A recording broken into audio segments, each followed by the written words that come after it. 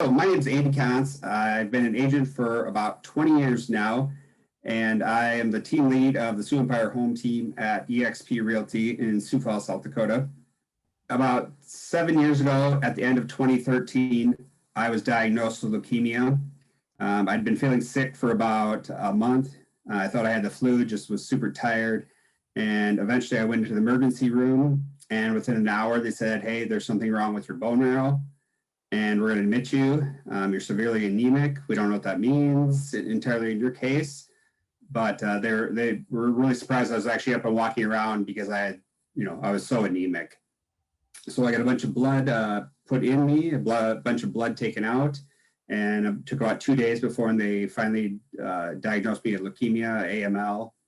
And I spent the very first bout, I spent almost 40 some days in the hospital trying to get me into remission. Basically, with my type of leukemia, you have a bunch of baby cells that never actually mature, and they flood out your body's normal bloodstream, and you die from that. So for me, when I was diagnosed, 40% of my blood cells were baby blast cells. After my first round of chemo, they were hoping to get you at 5%, which is when they can do a transplant. Mine went from 40% to 80%. So 80% of my blood cells were these little baby cells. And basically they said, if you don't get to remission this next round, you're probably not going to survive. So I switched hospitals, and they did get me to remission. That's when they started searching for a donor. They thought there'd probably be somewhere between 5, 10, 20 donors. They searched I think it's 20 some million people on the national database across the world, and they couldn't find anybody.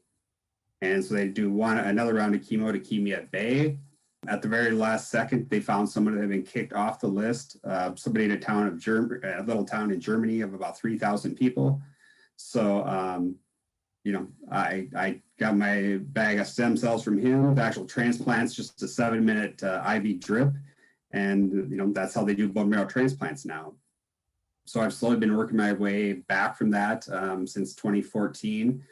As it relates to Ylopo and my real estate career, it's really amazing because prior to Ylopo, I never really had a lot of leads coming in. And then when I joined Ylopo, it was like, somebody opened up a fire hydrant, and I went from nothing to 100 leads, a month, just like that. And, due to that and, the company I worked for and my team and the agents around me, it really helped having those leads in the database and having actual transactions to work, because, some of that time I was just literally laying in the hospital bed and was able to still, do some sort of work while I was doing it. So just everything about Ylopo has helped me get through this. Because I'm down to the final less than 20% that are still alive that I've gone through what I've gone through.